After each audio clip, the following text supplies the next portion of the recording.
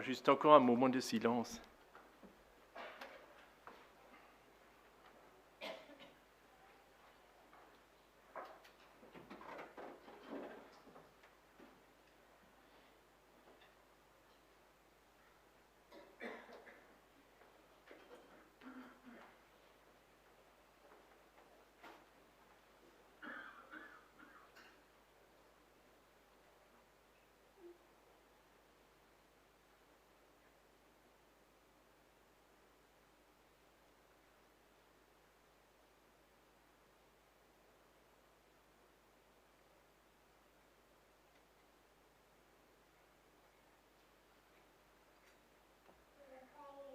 Bonjour à tous.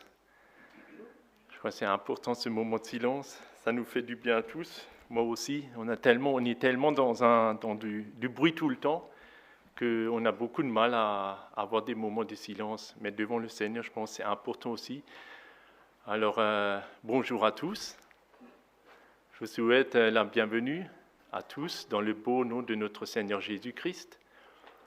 Aussi à tous ceux qui vont nous suivre par le net plus tard. Voilà, je vous souhaite aussi à tous la bienvenue. Je ne sais pas si vous êtes comme moi ce matin, en tout cas moi je suis réjoui.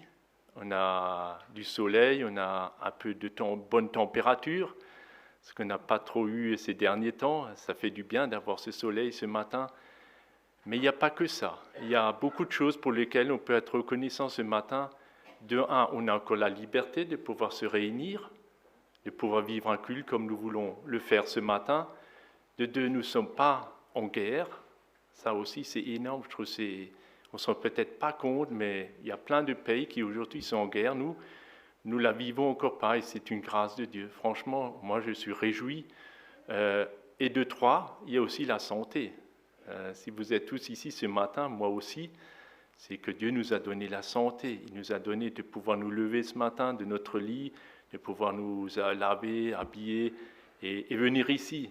Ça, c'est tous des grâces qu'on peut juste dire merci au Seigneur. Et c'est beau de pouvoir encore ce matin vivre dans la présence de Dieu et nous voulons nous réjouir de pouvoir aussi prendre ce temps ensemble. Donc nous allons commencer par un premier chant. Je ne sais pas, Mathieu, si tu peux l'afficher. Oui, le groupe de musiciens peuvent déjà monter. Alors je vais juste lire la première strophe. Ô Jésus, mon Sauveur, Seigneur, nul n'est comme toi. Jour après jour, je te louerai, car ton amour est merveilleux. Waouh, quelle parole! Nul n'est comme toi. Je sais pas, moi, ça me rappelle aussi que c'est formidable d'appartenir à un Dieu comme ça. On peut dire nul n'est comme toi. Personne dans le monde, avec toute la grandeur, n'est comme lui. Lui, il est unique. Et pourtant, il est là parmi nous ce matin et nous voulons vraiment nous réjouir de pouvoir chanter ce chant ce matin, proclamant ces paroles aussi avec joie, avec un élan de cœur. Et je vous propose aussi ce matin, pour tous ceux qui le peuvent, de vous lever pour ce premier chant.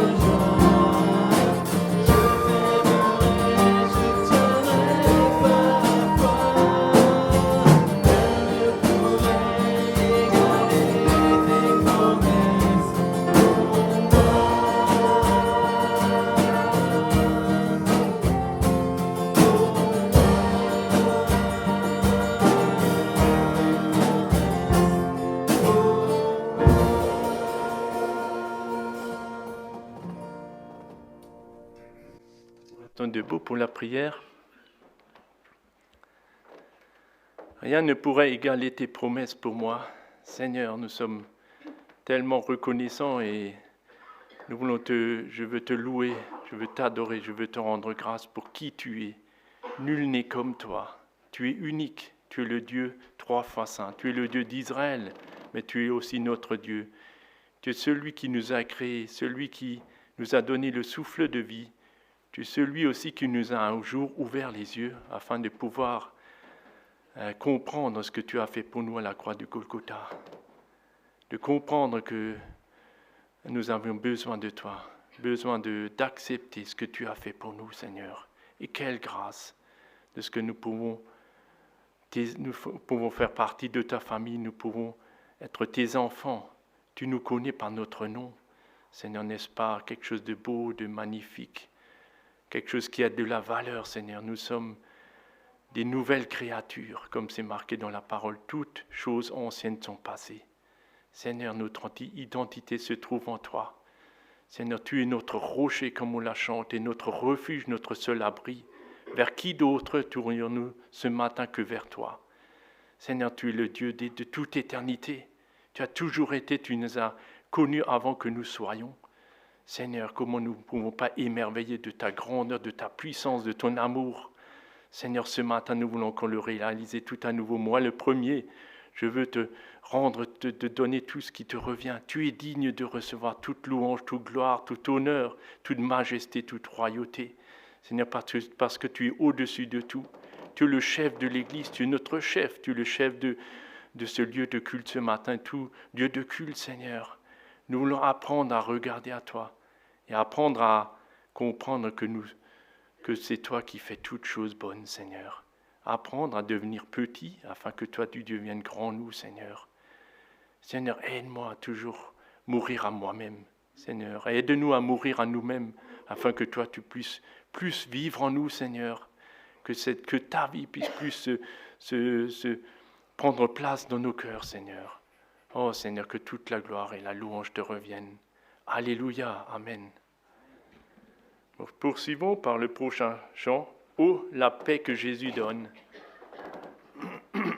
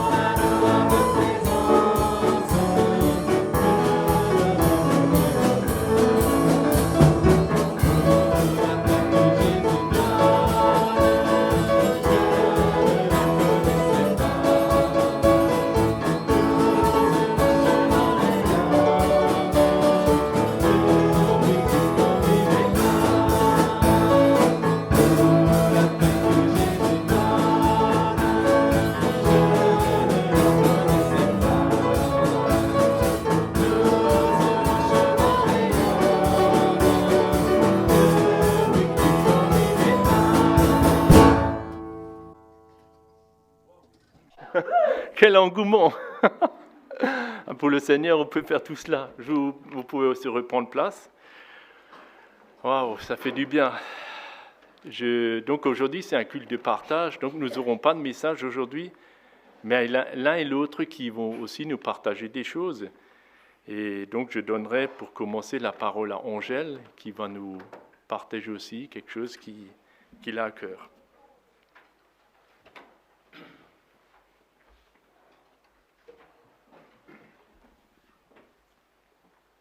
Bonjour à tous. Les jeunes diraient « c'est relou ». Nous, les vieux, on dirait « c'est du lourd ». C'est tellement relou ou lourd, comme vous voulez, que je l'ai écrit 6 pages. Ce n'est qu'un chapitre de la Bible. Je ne vous lirai pas tout, rassurez-vous. Mais j'avais à cœur de l'écrire pour aller plus loin que la méditation.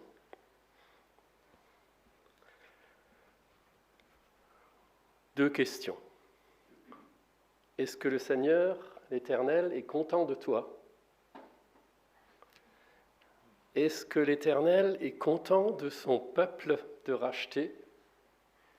Là, maintenant. Pas hier, pas d'après ce que la Bible dit. Qu'est-ce que ton cœur ressent?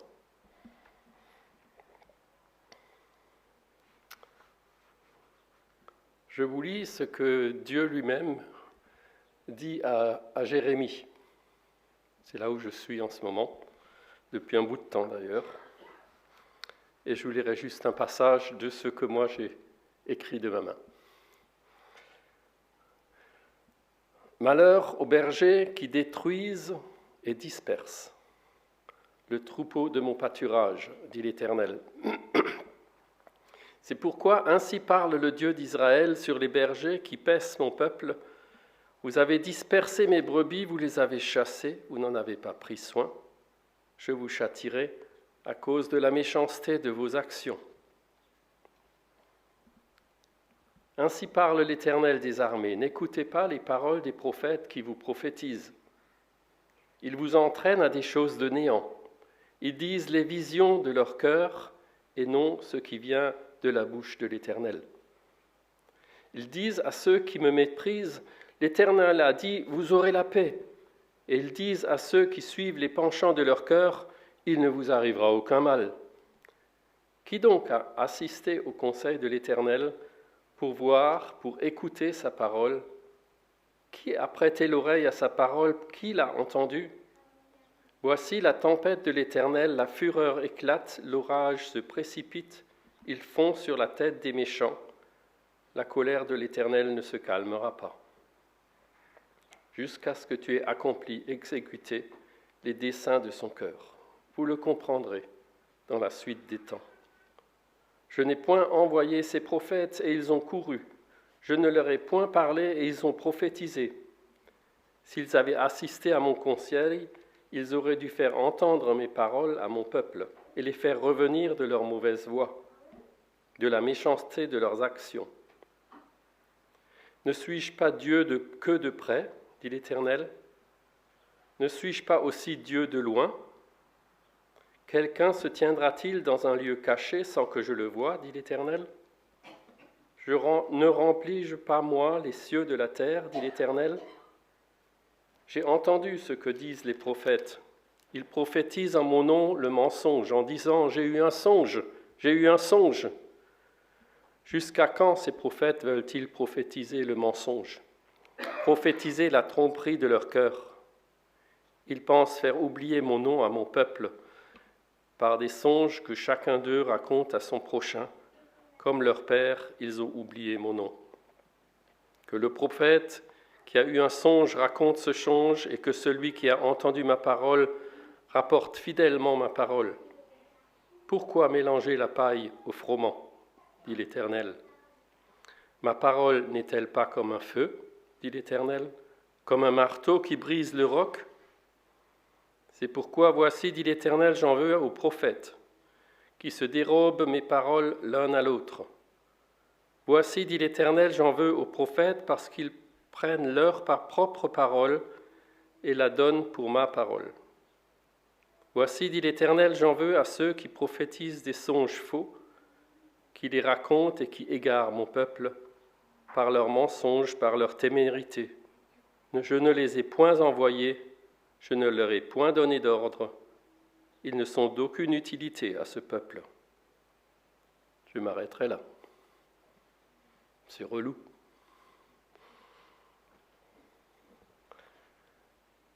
Je vous encourage à relire ce passage, Jérémie, chapitre 23. Et avant, il y en a autant, après, il y en a autant. Sans oublier ces deux réflexions, ces deux questions. Est-ce que l'Éternel est content de toi ou est-ce qu'il est en colère? Est-ce que l'Éternel, en regardant son peuple de racheter en Jésus-Christ, est content ou il est en colère?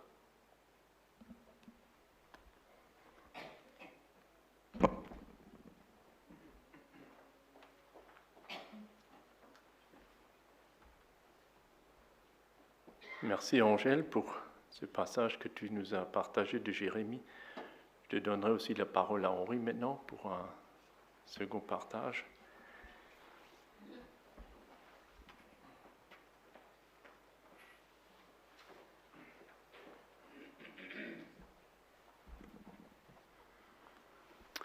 Bonjour tout le monde.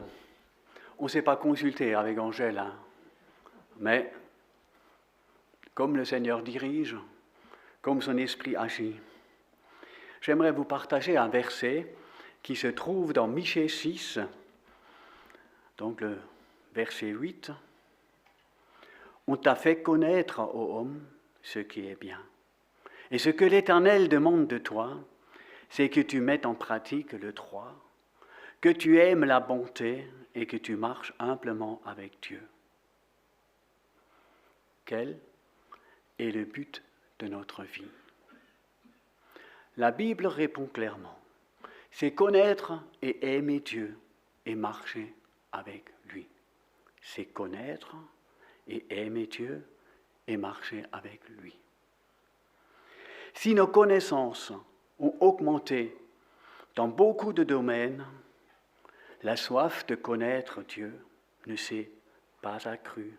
Au contraire, le désir de contempler Dieu nous fait grandement défaut. Il me semble que notre vision de la vie chrétienne est évaluée et diluée et de moins en moins centrée sur la parole et sur Dieu lui-même.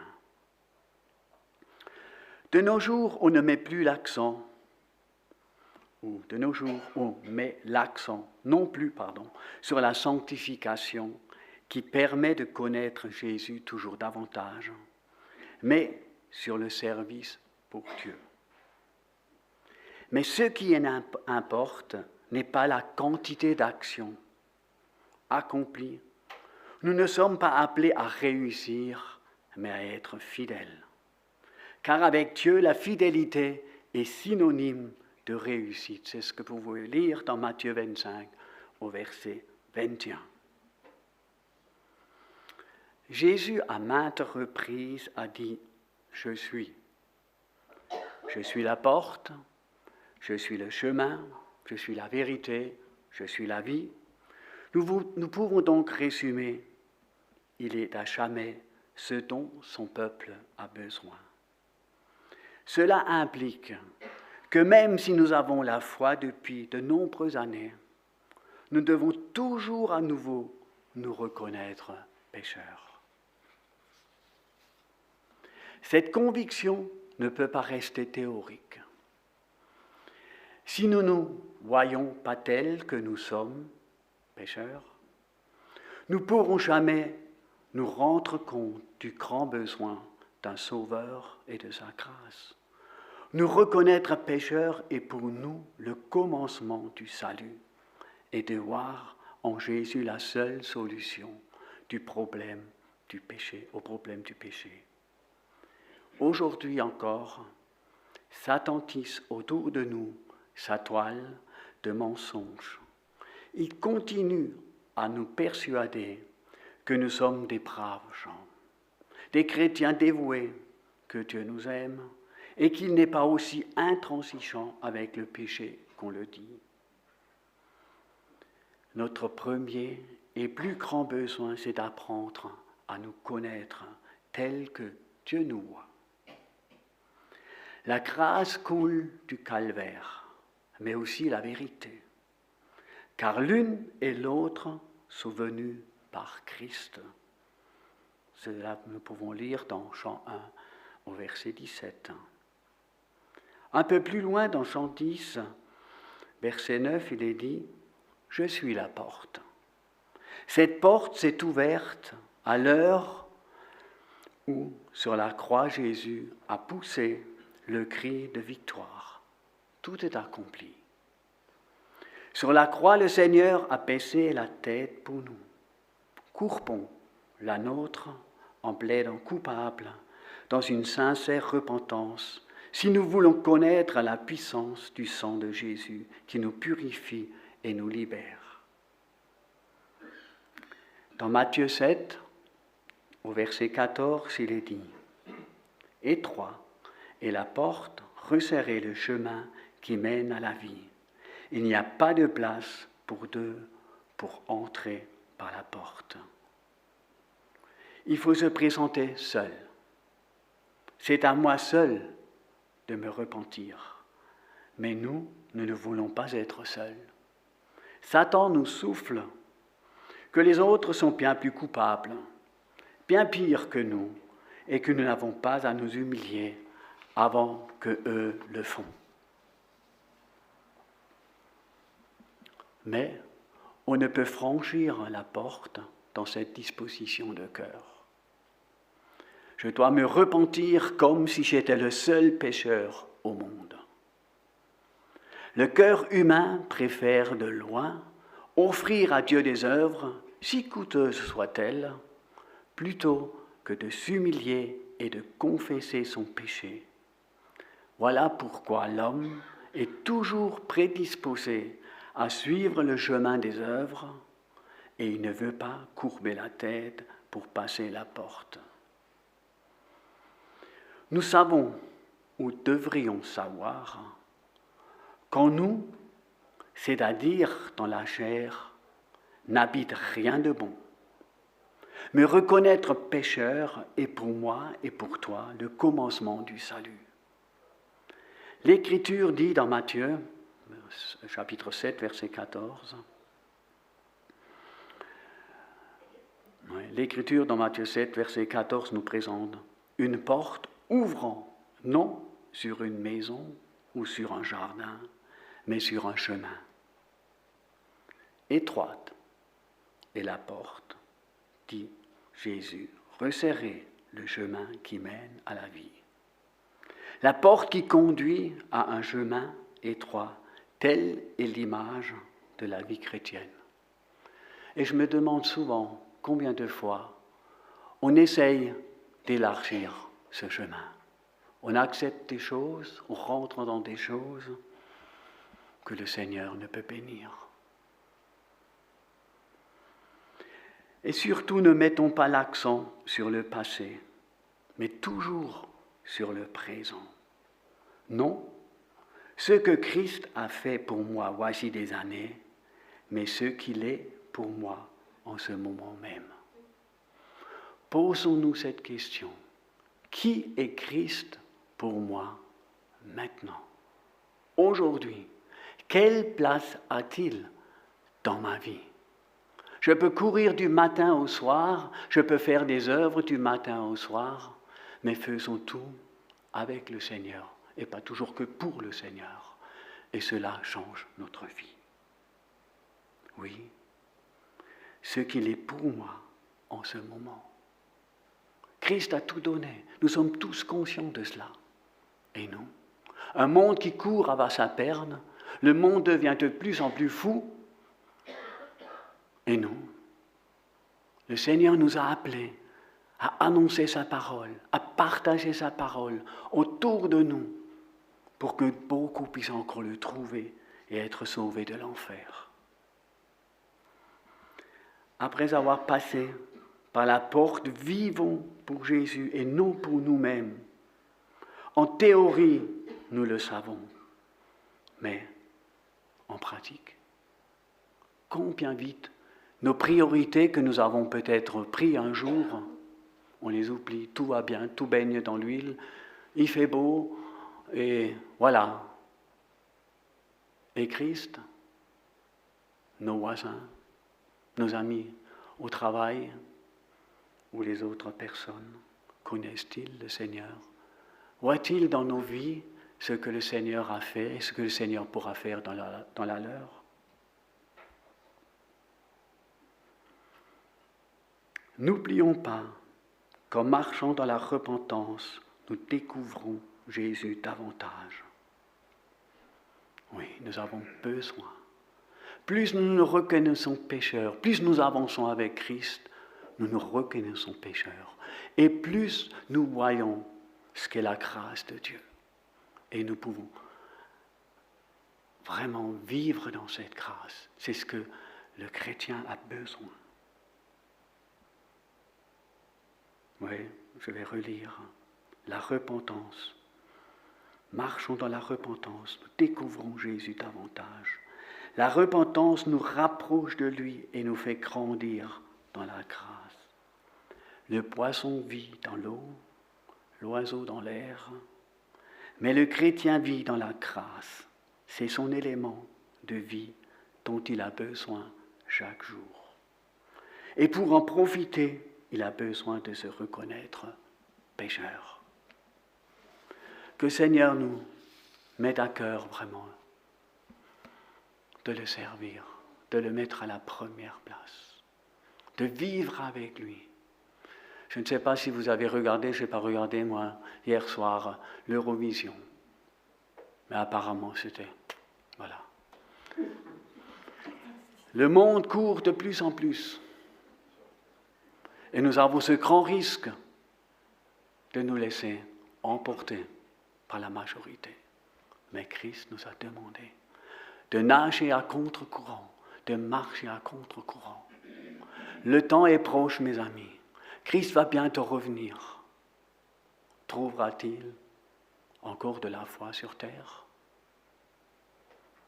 Et je crois que de plus en plus, l'ennemi attaque les familles, l'ennemi attaque l'Église. Et nous prenons beaucoup de choses qui ne sont pas importantes. Et nous vivons peut-être beaucoup de choses qui ne sont pas importantes. Le Seigneur nous a comblés, nous avons la paix. Joël l'a dit avant. Nous pouvons encore vivre. Nous avons des richesses, nous avons des voitures, nous avons tout ce qu'il nous faut. Mais est-ce que ce n'est pas un danger pour nous? Est-ce que la richesse n'est pas un danger pour nous? Réfléchissons. Le jour où nous serons devant le Seigneur, tout ça n'aura plus de valeur. Il y aura de valeur ce que nous avons pu accomplir par la grâce de Dieu pour lui.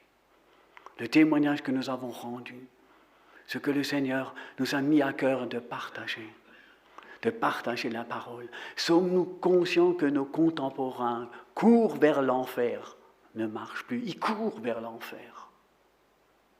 Et que nous avons cette grande grâce de savoir qu'un jour, si nous fermons les yeux, nous nous retrouverons près de notre Sauveur. Parce qu'il a tout donné pour toi, pour moi. Il a tout donné. Et moi, en retour, est-ce que je ressortirai de cette salle autrement que je suis rentré? Est-ce que je suis prêt à prendre une décision et dire ce matin, oui Seigneur, je veux te servir, je ne veux pas courir du matin au soir, mais je veux te servir. Je veux être prêt à annoncer ta parole là où tu m'as placé. Et je vous dis, le Seigneur vous donne toujours le courage. Le Seigneur m'a permis ces derniers temps de placer les évangiles que nous avons commandés pour les Jeux Olympiques. Mais je vous assure, j'avais toujours cet évangile dans la poche et souvent j'étais là. J'avais un combat intérieur. Est-ce que tu oseras donner? Est-ce que tu oseras donner? J'ai dit, Seigneur, oui, je veux le donner parce que je veux voir cette personne. Elle est peut-être prête pour aller en enfer, disons. Mais Seigneur, peut-être grâce à ta parole, elle sera sauvée. Combien de personnes viendront un jour chez nous au ciel et diront merci. Merci car tu m'as partagé la parole. Merci car tu m'as mis sur le droit chemin. Merci car tu m'as enseigné la parole. Mes frères, nous avons une responsabilité. Nous avons tous une responsabilité, et pas que les responsables de l'Église. Tous devant le Seigneur. Sommes-nous conscients encore de cela aujourd'hui? Je crains que non. Je crains que nous nous laissons toujours plus nous emporter par le monde. Mes amis, resserrons les liens. Ce matin, j'ai lu un verset où l'apôtre Paul a demandé « Combattez avec moi dans la prière ». Mes amis, combattons ensemble. N'attendons pas le jour où ce sera trop tard, où on va nous interdire. C'est peut-être là que nous oserons peut-être aller quelque part pour prier avec mon frère ou ma sœur. C'est important. C'est la chose la plus importante. Et nous sommes tous conscients de cela. Nous sommes tous conscients, plus ou moins, que la prière est la chose la plus importante. Et pourtant, la prière est un combat. Et c'est toujours difficile de prier avec les frères et sœurs. Et comment je l'ai dit, est-ce que le Seigneur est content de nous? Le Seigneur est parmi nous ce matin. Il voit ce que moi je ne vois pas. Il me voit moi. Et je vous assure, ces derniers temps, j'ai passé pas mal de souffrances, physiques et autres. Et souvent j'étais prêt à dire, Seigneur, tu sais que je n'en peux plus. Pourquoi? Parce que l'ennemi veut nous faire chuter. L'ennemi veut nous empêcher d'avancer avec lui.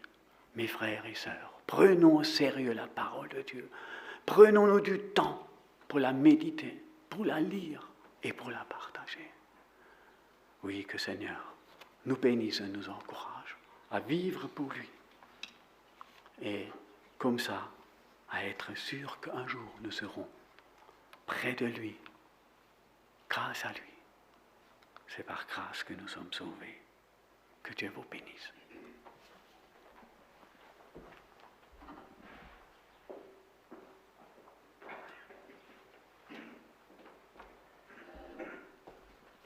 Merci Henri pour ton partage.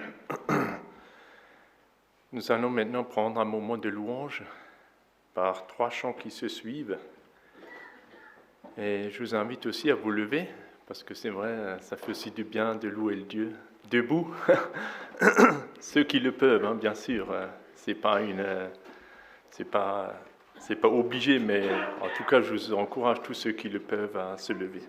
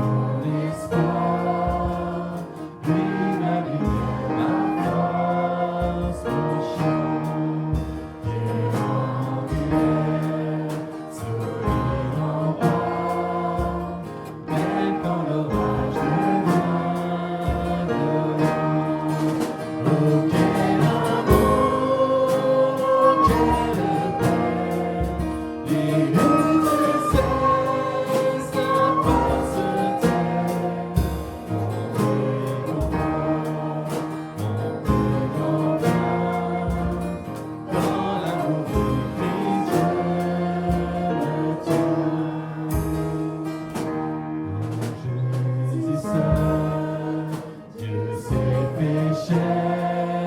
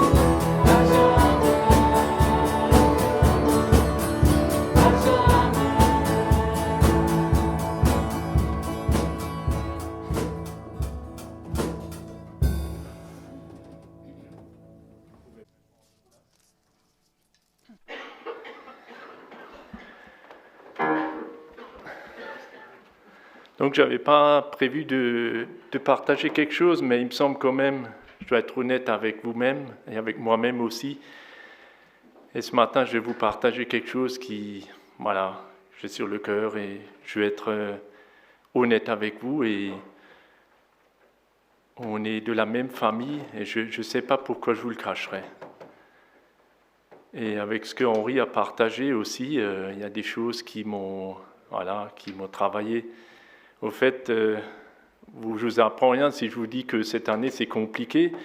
Au niveau météo, on a eu pas mal de pluie cet hiver, et ça, vous l'avez remarqué aussi.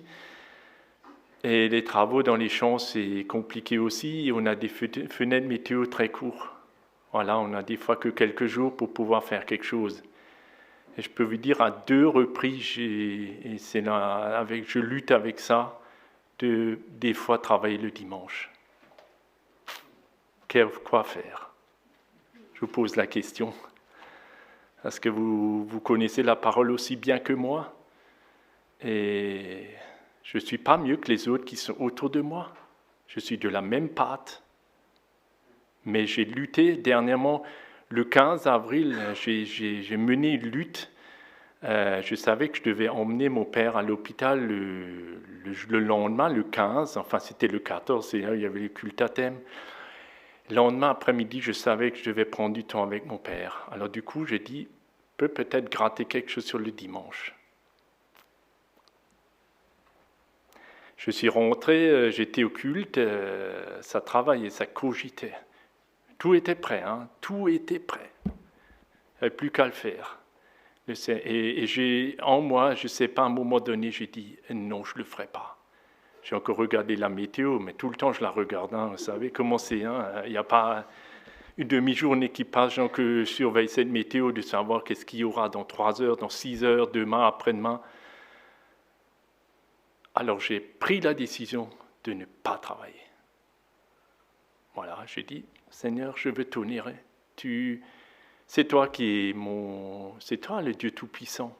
Vers qui je dois m'attendre dans cette situation? Alors j'ai prévu de commencer très tôt le lundi matin.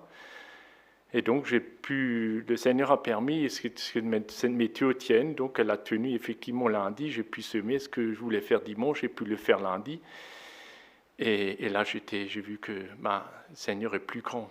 C'est lui qui sait ce que j'ai besoin. C'est pas moi. Et hier, j'étais de nouveau dans la même situation. J'avais tout prévu. J'ai dit, bon, cette semaine, il y aura de la pluie. Je pense que vous le savez, je ne vous apprends rien.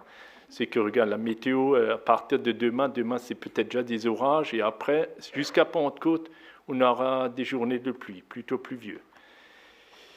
Qu'est-ce que je fais? Est-ce que je m'y lance? Est-ce que je gratte? Normalement, j'aurais dû avoir une machine hier après-midi. Tout était prévu, je ne l'ai pas eu. Je l'ai eu que hier soir, vers 22h, une machine que je n'ai pas, mais que j'emprunte de quelqu'un. Elle est prête, elle est là-haut, au hangar, elle est devant le hangar, j'ai juste à l'accrocher, à y aller. C'était tout dans ma tête, tout était prévu de l'accrocher cet après-midi à 14h et de travailler. Et là, ce matin, en venant avec Evelyne dans la voiture, j'ai dit, mais au fait, j'écoute qui? Au fait, et si j'écoute autour de moi, ils disent tous, mais Joël, c'est pas un problème, vas-y, tu sais, le dimanche, c'est pas grave pour une fois. Ah oui, 1 fois, 2 fois, 3 fois, 4 fois, c'est jamais grave, en fin de compte. Après, c'est une porte qu'on ouvre et qu'on va de temps en temps emprunter sans voir un vrai problème, quoi. Et encore ce matin, quand j'arrive là, et c'est pour ça que c'est tellement important de venir dans la présence de Dieu, parce qu'au fait, c'est là où les choses se révèlent. Je serais resté chez moi, je ne sais pas si le Seigneur aurait incliné mon cœur à dire. Et là, depuis qu'Angèle a parlé, depuis qu'Henri a parlé, et depuis que j'ai parlé avec Evelyne ce matin, j'ai dit au fait, il faut qu'un que j'écoute. C'est celui à qui j'appartiens. C'est lui qui a ce mot à dire dans ma situation. Ce n'est pas tel et tel avec qui je travaille, et lui, de toute façon, il va pas m'aider du tout. Au fait, il va m'induire dans l'erreur, et je vais faire comme tout, je vais courir.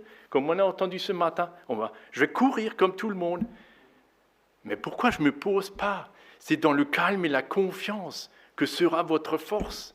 Si je cours, je ne peux pas être calme, je ne peux même pas être confiant. Je ne peux pas comprendre ce que le Seigneur veut pour moi. Et là, dans mon cœur même, je vis ce matin sur la chaise, j'ai décidé non. Cet après-midi, la machine restera sur place, le tracteur restera sur place, et toi, tu resteras tranquille. Et tu vas voir ce que le Seigneur va faire. Il va probablement faire des choses qui vont m'étonner, que je ne connais pas encore. Mais en tout cas, aujourd'hui, je ne vais pas faire ce que j'ai prévu. Et je suis content parce que le Seigneur me l'a révélé. Ça ne vient pas de moi-même, mais c'est parce que le Seigneur m'a dit, Joël, fais-lui confiance. Même si tu vois tout le monde qui court autour de toi et tout le monde qui s'aime et qui croit, mais non, c'est le seul jour, il faut y aller. Oui ou non? Le Seigneur peut bénir autrement. Ce n'est pas cette journée qui va faire toute la différence. En tout cas, c'est ce qui m'a révélé ce matin. Et j'avais tellement à cœur de vous dire, parce que vous avez le droit de savoir ce que je vis. Je fais partie de... On est un corps, on fait tous partie de ce corps. On est tout un ensemble. Et vous avez le droit de savoir ce que je vis, avec lesquelles choses je lutte. Et moi, j'ai même le droit de savoir de ce que vous vivez. Et c'est pour ça que je laisserai encore un temps de partage. Après ce que je viens de dire, si quelqu'un d'autre a cœur d'envie de partager. Vous savez, on est une famille, on a besoin de savoir ce que les autres vivent. Des choses difficiles, des choses... Parce que moi, j'aurais maintenant pu rester muet ce matin, j'aurais eu besoin de rien dire. En plus, là, dans le champ où je vais travailler, je ne prends aucune route. Vous voyez, tous les plans du malin, ils sont malins. Ouais, non, mais c'est vrai, c'est très subtil. Hein. Elle a dit, ouais, tu vas dans ton champ, hein, voilà, on ne te voit pas trop. Voilà. Non, je vois. De toute façon, le Seigneur me voit. Hein. Lui, devant lui, je ne cache rien du tout, mais alors rien. C'est pour ça que j'avais dit non, je ne veux rien cacher devant lui et je veux l'honorer. Voilà, donc si je laisse maintenant la place à quelqu'un d'autre, si quelqu'un a cœur de partager aussi, bien, Roland. Après Olivier.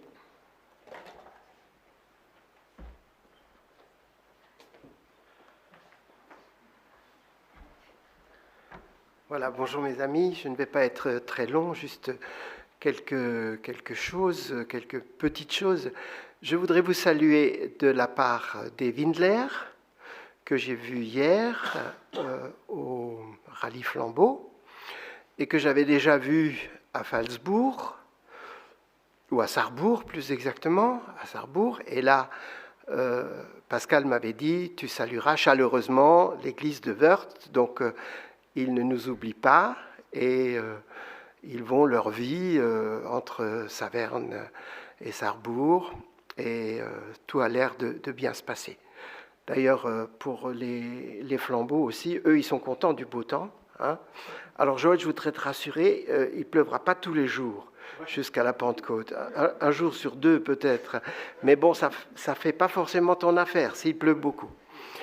Alors, deuxième chose, j'avais fait une annonce pour le Seigneur Narmitag en vous disant que depuis que Helma ne peut plus venir, je suis seul. Eh bien, je ne suis plus seul.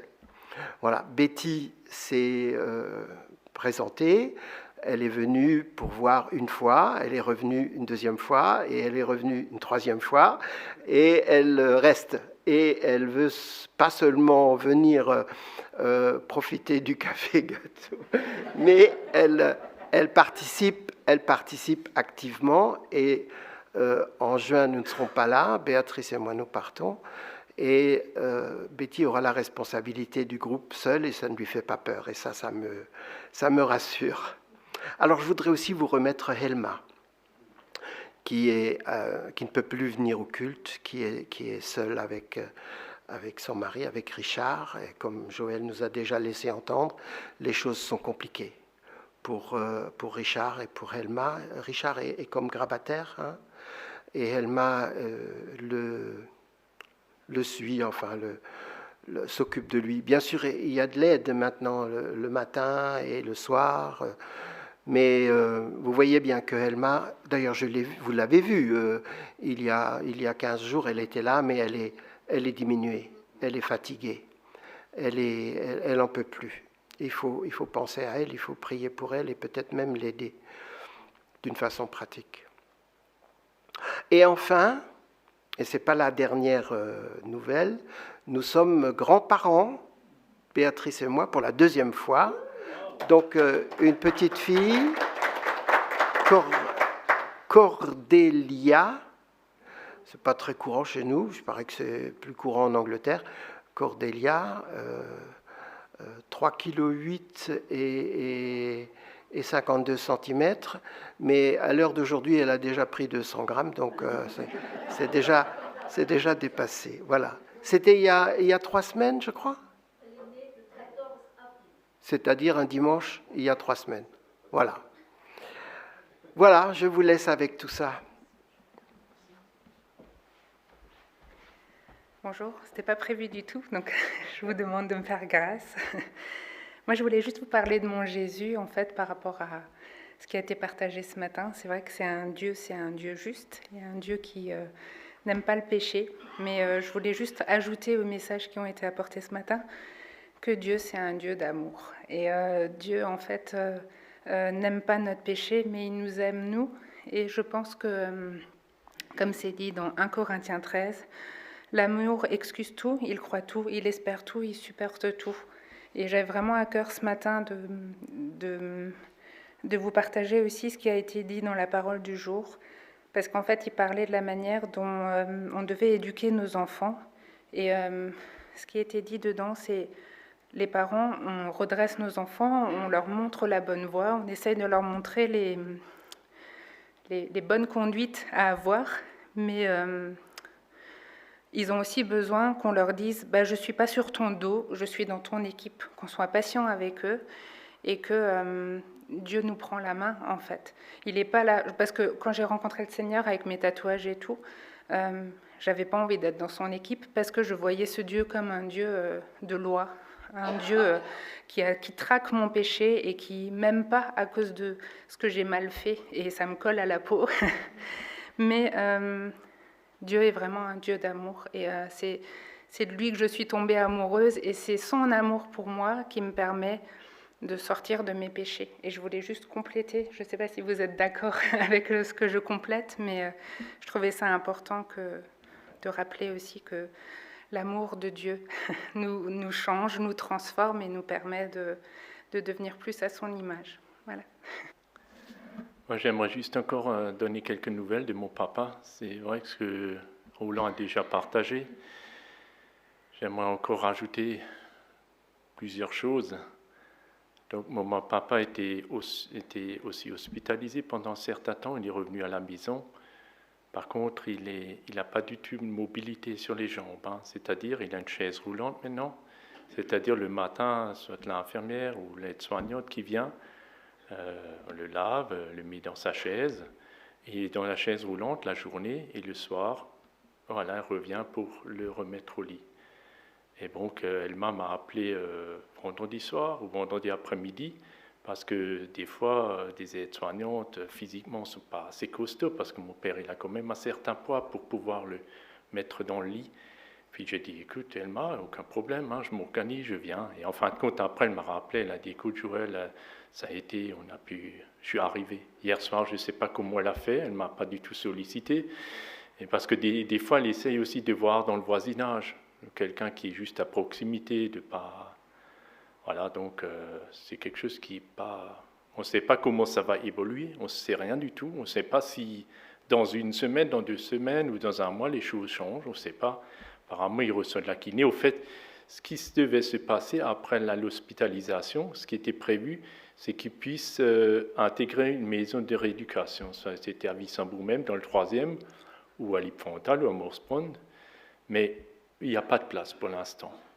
Pour l'instant, il n'y a pas de place. Maintenant, il est en attente. Si demain, il y a quelque chose qui se libère, ou dans 8 jours, bien sûr, il va aller dans une telle maison. Parce qu'en fin de compte, c'est ce qu'il faut, c'est qu'il faut faire retravailler ses pieds. C'est vraiment sinon, autrement, c'est fini, quoi. Il restera dans la chaise roulante ou dans le lit, quoi. Pour moi, c'est aussi important de l'entourer. Bon, cet après-midi, j'ai prévu d'y aller parce que bon, je vois qu'ils se nourrissent, mais ils n'ont plus, comme disait Roland, ils n'ont plus la nourriture qu'ils recevaient ici. Elma non plus, elle était là il y a 2 semaines. Mais maintenant, elle l'a plus, Elma, quoi. Et moi, je suis émerveillé comment Elma vit ça. Franchement, waouh.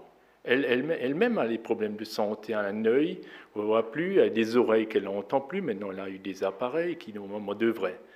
si tout va bien, améliorer ça. Et puis elle a le problème du bras qu'elle a depuis longtemps, depuis 2006, à l'époque où elle était les cancers du sein. Donc voilà, il y a le lymphe qui lui fait toujours gonfler le bras, et puis elle a une bande qu'elle serre fort. Enfin, moi je vois ça, je suis à côté d'elle et je dis waouh, Elma. Et puis, mais moi j'ai maintenant pris l'habitude quand j'y suis, qu'on prie tous les trois. Voilà, mon père, Elma et moi, et waouh, ça me fait tellement du bien de prendre ce temps avec eux. Waouh, je dis, il faut vraiment, il faut, là aussi c'est pareil, comme j'ai partagé avant, pour moi, ma priorité c'est mon papa. Même avant le travail. Même avant le travail. Il faut que je sois prêt à dire, mon travail c'est secondaire, mon papa c'est prioritaire. Voilà. Il était longtemps là pour moi, pendant longtemps. Aujourd'hui, c'est à moi d'être là pour lui. Et ça, je comprends de plus en plus, et c'est pour ça aussi je me fixais des moments où je passe du temps avec lui, tout simplement. Et je sais que ça lui fait du bien, parce qu'il est là, il est couché. Puis il dit, dernièrement, et j'étais chez lui, il a dit, écoute, je veux sortir. J'ai dit, mais papa, tu ne peux pas sortir. Si tu sors, tu seras là par terre. Et moi, je ne peux même pas te ramasser, quoi.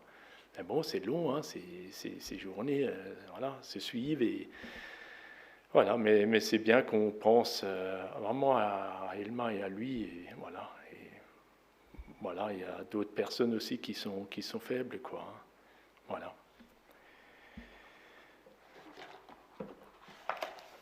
Maintenant, nous allons aussi, c'est aussi le moment de la Sainte Seine.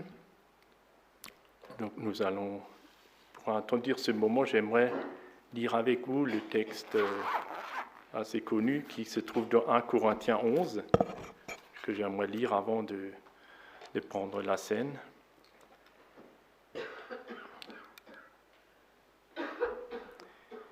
Donc, c'est à partir du verset 23 jusqu'au verset 29.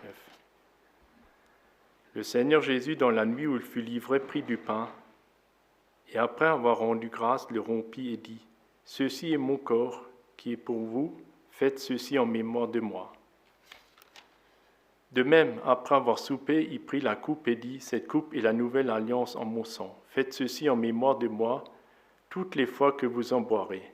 Car toutes les fois que vous mangez ce pain et que vous buvez cette coupe, vous annoncez la mort du Seigneur jusqu'à ce qu'il vienne. C'est pourquoi celui qui mangera le pain et boira la coupe du Seigneur indignement sera coupable envers le corps et le sang du Seigneur. Que chacun donc s'examine soi-même et qu'ainsi mange du pain et boive de la coupe. Car celui qui mange et boit sans discerner le corps du Seigneur mange et boit un jugement contre lui-même. » Voilà, je voudrais juste rappeler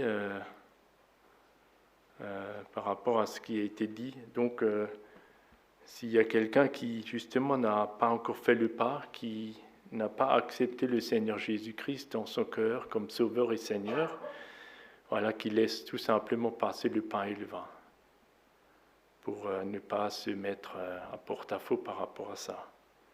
Voilà, j'invite aussi maintenant Evelyne à me rejoindre pour la distribution et je vais encore prier avant.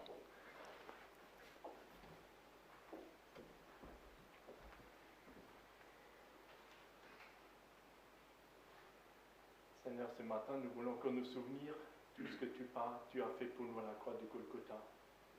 Seigneur, on ne t'a pas pris la vie, tu as donné ta vie pour nous. Seigneur, tu l'as donné pour que nous puissions être sauvés, que nous puissions être réconciliés de nouveau avec le Père.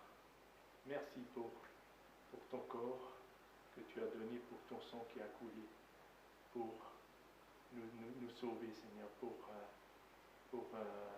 vraiment nous réconcilier pour que nous puissions être justifiés à travers ton sang. Seigneur, merci pour tout ce que tu as fait pour nous, Seigneur. C'est grâce à toi que nous pouvons avoir accès au Père, parce que le Père peut nous voir purs à travers le sang du Christ. Merci Jésus pour tant d'amour que tu as manifesté envers nous, alors que nous n'étions pas dignes, que rien en nous ne méritait cela. Mais tu l'as fait parce que tu nous aimais tellement et tu ne voulais pas que nous restions loin de toi. Mais tu voulais justement ouvrir un nouveau chemin Et tu l'as dit, je suis le chemin, la vérité et la vie. Nul ne vient au Père que par moi.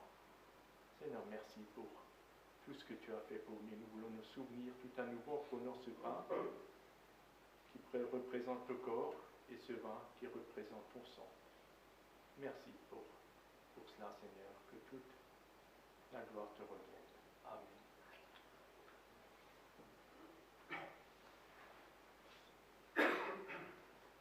Je propose aussi également, pendant la distribution, vous pouvez soit entonner un chant, soit vous pouvez prier, voilà, sentez-vous libre, comme l'Esprit vous inspire.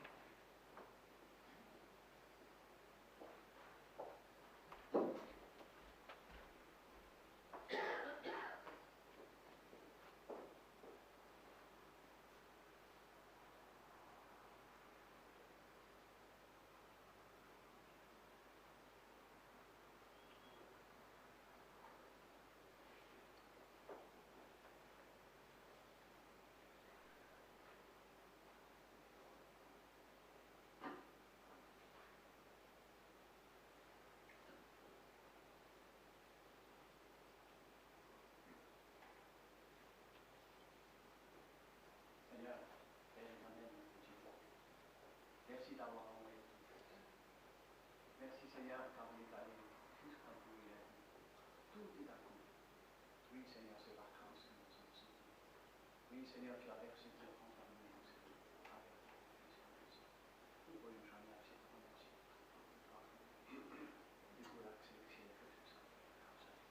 Merci Seigneur, car nous pouvons partager nos choses. Seigneur, merci car tu t'es donné, tu as donné ton corps et ton sang. Merci.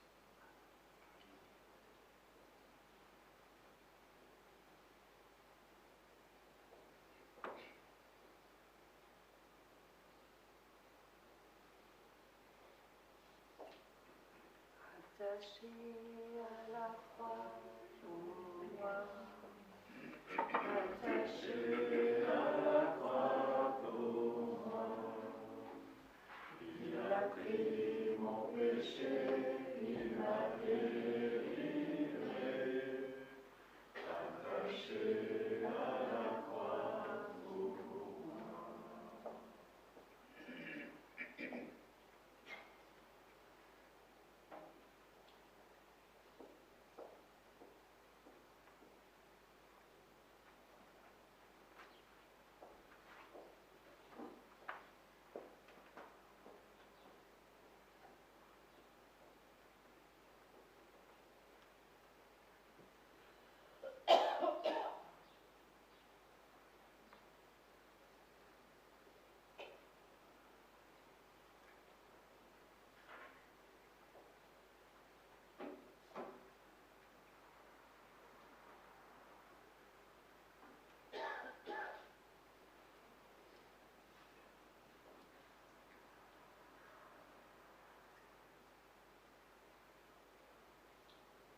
Oui, c'est par tes meurtrissures, c'est par tes souffrances, ton sacrifice, que tu nous as ouvert les portes du ciel, l'accès au Père. Oui, tu es allé jusqu'au bout pour que nous puissions obtenir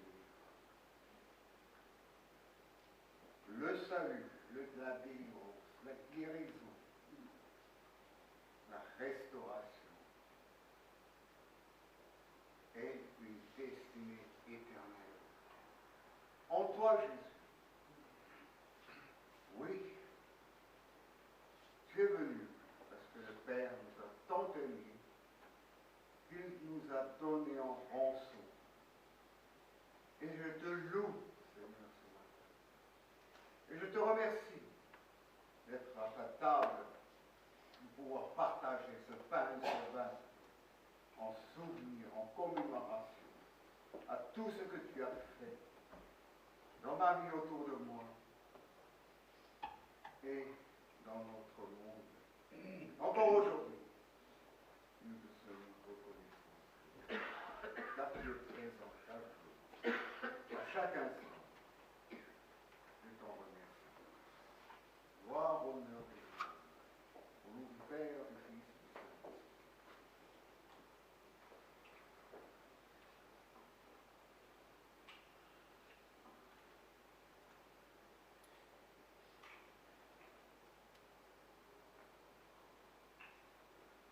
Je te remercie pour ta présence, Seigneur Jésus, par ton esprit que nous a parlé ce matin. Merci parce que ton amour est immense et jour après jour, il a nous parlé. Tu nous rends compte si nous le voulons bien. Merci parce que oui, ce matin, tu nous rencontres, tu nous rappelles ces choses, tu nous rappelles ton amour, tu nous rappelles tes paroles, tes commandements. Rappelle que tu nous as aimés le premier, que tu es mort pour nous, le sacrifice le plus immense. Nul autre n'aurait pu le faire que toi. Seigneur Jésus, gloire à toi. Merci, merci pour cette présence, merci parce que ta parole dure d'âge en âge. Tu es l'alpha, tu es l'oméga. Tu as été là, mon Dieu, au début, et tu seras là à la fin. Gloire soit au Père. Amen.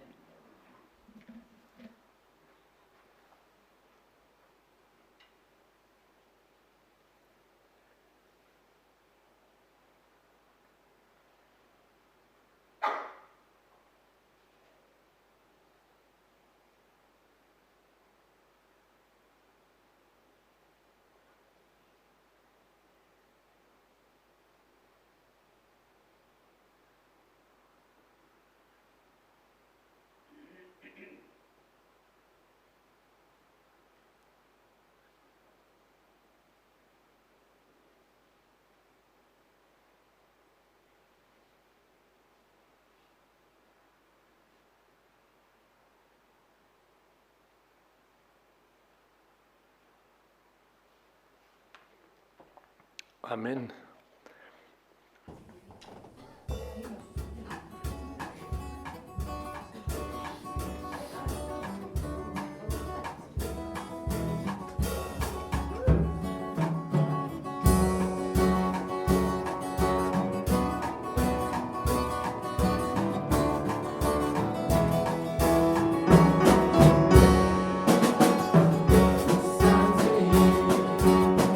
Dans la faillite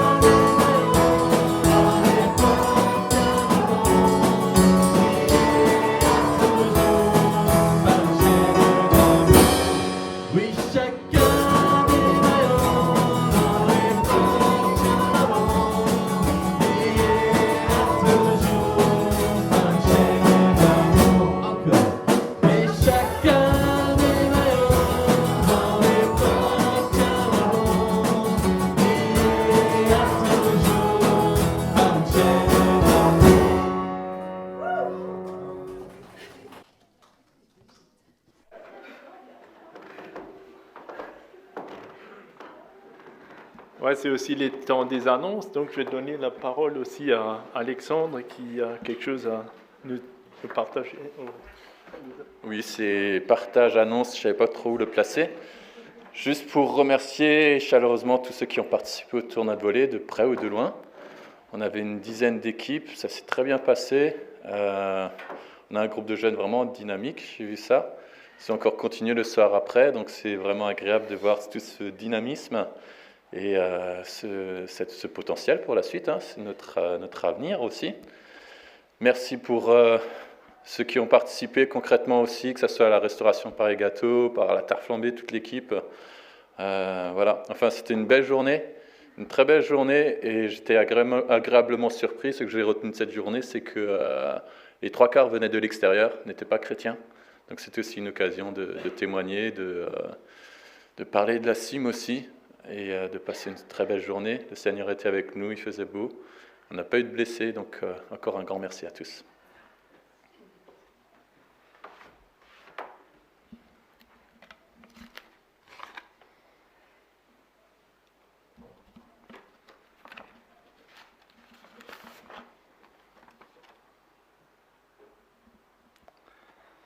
Donc cette semaine, il y aura le groupe, l'étude biblique mardi soir à 20h avec Hans Wittenbach. Donc le même soir, il y a aussi le conseil d'église, donc vous pouvez aussi prier au conseil d'église. C'est vrai qu'on toujours important que c'est porté dans la prière, dans les différentes choses qu'on abordera et qui devront être discutées. Donc samedi prochain, il y a aussi le nettoyage du printemps, c'est bien ça, ouais, samedi prochain, donc de 9h à 12h. Et après, ouais, il y a un groupe de jeunes, enfin, donc comme c'est le week-end Répan, je ne sais pas exactement comment ça se passera. En tout cas, il n'y aura pas de culte dimanche prochain, donc pas de culte ici, donc tout le monde, ceux qui le peuvent se rendre à Sépa pour cette journée ensemble avec toutes les églises de Nord-Alsace. Donc il n'y a pas non plus de réunion de prière, ce qui est logique, quoi. Bon, c'est noté, mais bon, voilà, c'est juste pour préciser, voilà. Sinon, les événements à venir, donc il y a aussi ce fameux 16 juin qu'on peut aussi, je le rappelle, c'est aussi un temps fort qu'on veut vivre avec l'église de Souls, ici, avec un temps d'échange sur le travail en réseau. On peut déjà aussi penser à ces moments-là. C'est quelque chose qui viendra. Et voilà, je le rappelle juste. Voilà. Sinon, est-ce qu'il y aurait encore une autre annonce que j'ai oubliée, qui était important à dire? Non, les choses importantes ont été rappelées. Dans 2 semaines, il y aura le compte rendu de la Roumanie. Ouais, donc Henri vient de dire dans 2 semaines, il y aura le compte rendu de la Roumanie. Voilà. Ouais. Sinon, je veux aussi remercier l'équipe de louanges. Waouh, c'est chouette d'avoir des personnes comme ça à côté qui répètent et qui nous emmènent dans la louange, c'est chouette. Également ceux qui sont à la sonnée, aux vidéos, à l'accueil. Voilà, tous ceux qui ont contribué d'une manière ou d'une autre. C'est vrai que le culte, on le vit ensemble, mais on a tellement besoin les uns des autres. Et merci aussi pour vous tous qui êtes venus. C'est vrai que c'est important. Chacun a son importance dans un culte. Ceux qui dirigent, mais aussi ceux qui sont là. On est une famille, on le vit ensemble. C'est pas chacun pour soi, mais c'est ensemble qu'on vit ça. Alors voilà, je veux encore vous demander de vous relever une dernière fois. Donc c'est pour terminer ce culte avec notre Père qui est dans les cieux et qu'on va chanter en chant. Voilà.